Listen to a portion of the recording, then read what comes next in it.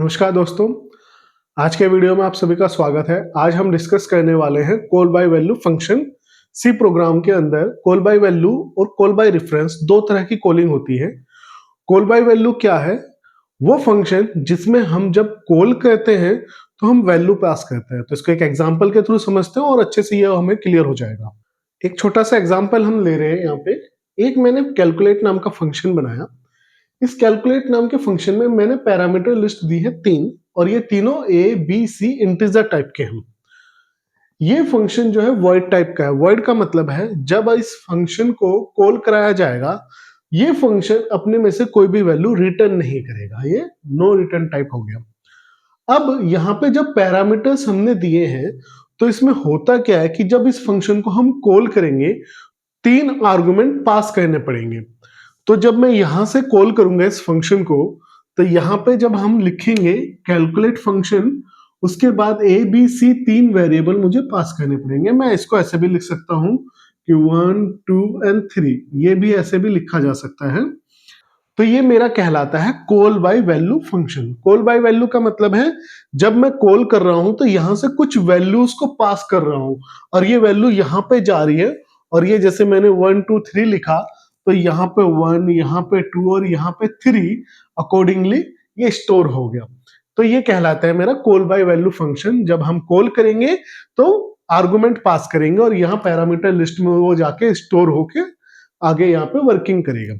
तो इसको अब एक पूरा प्रोग्राम बनाते हैं और उसके थ्रू समझते हैं कि इसका आउटपुट कैसे आएगा, कॉलिंग करने का तरीका क्या है। और अभी तो हमने यहाँ पे लिया है कि वॉइड टाइप, अब हम रिटर्न टाइप में जो है इंटीजर टाइप लेंगे जिसमें ये रिटर्न भी करेगा कुछ। इससे अगर आपको और अच्छे से क्लियरली समझना हो तो इससे एक प्रीवियसली हमने एक फंक्शन का वीडियो बनाया हुआ है, वह आप डिस्क्रिप्शन में भी देख सकते हैं। उसको भी आप अच्छे से डिस्कस कर ले, देख लें, वॉच कर लें और वहां से भी आपको और क्लियर हो जाएगा कि फंक्शन कैसे काम करता है। तो ये एक हमने छोटा सा प्रोग्राम बनाया है। इस प्रोग्राम की हम वर्किंग समझ लेते हैं। सबसे पहले प्रोग्राम कैसे कैसे काम कर रहा है। एक तो studio.h हेडर फाइल हमने इंक्लूड की है। एक हमने डिक्लेयर किया है स्वैप वी, एक फंक्शन हमने लिया स्वैप वेरिएबल, हम इसको कह दे सकते हैं।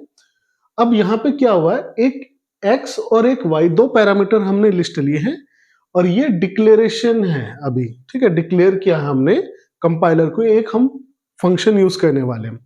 मेन फंक्शन आया। मेन फंक्शन की बॉडी के अंदर मैंने क्या किया, a और b दो वेरिएबल लिए हैं, इनकी वैल्यू मैंने सेट कर दी 10 एंड 20।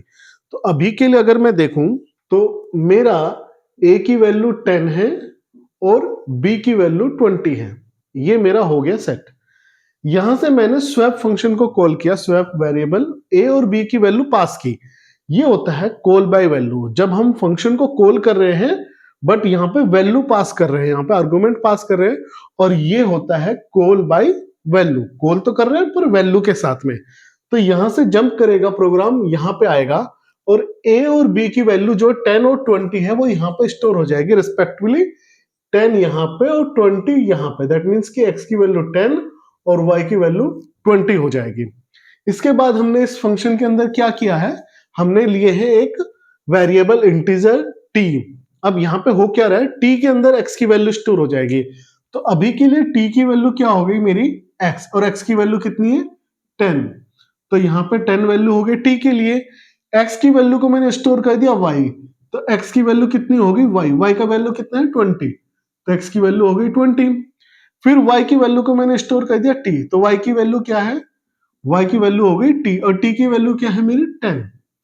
तो इस तरह से क्या किया मैंने, यहाँ पे जस्ट स्वैपिंग हम कर रहे हैं, नॉर्मल सा स्वैप है कि x के अंदर 10 था, y के अंदर 20 था। इनको अब जब हमने यहाँ पे स्वैप कर दिया तीसरे वेरिएबल लेके, तो x की वैल्यू 20 हो गई, y की वैल्यू हो गई 10। इसके बाद में जस्ट एक प्रिंट मैसेज किया है। तो जब प्रिंट मैसेज किया यहाँ पे वैल्यू आ जाएगा x इज, क्या आएगा सबसे पहला x की वैल्यू, और x की वैल्यू क्या है मेरा, यहां से उठ के आएगा और ये आएगा 20। तो एक पहला मैसेज आ जाएगा x इज 20। स्लैश t ये एक टैब देने के लिए होता है, टैब स्पेस देने के लिए आता है। ठीक है, तो एक टैब स्पेस दे देगा बड़ा सा, उसके बाद y की वैल्यू प्रिंट करेगा और y की वैल्यू मेरी क्या प्रिंट होगी यहाँ पे 10। ठीक है, तो y की वैल्यू मेरी 10 प्रिंट हो जाएगी।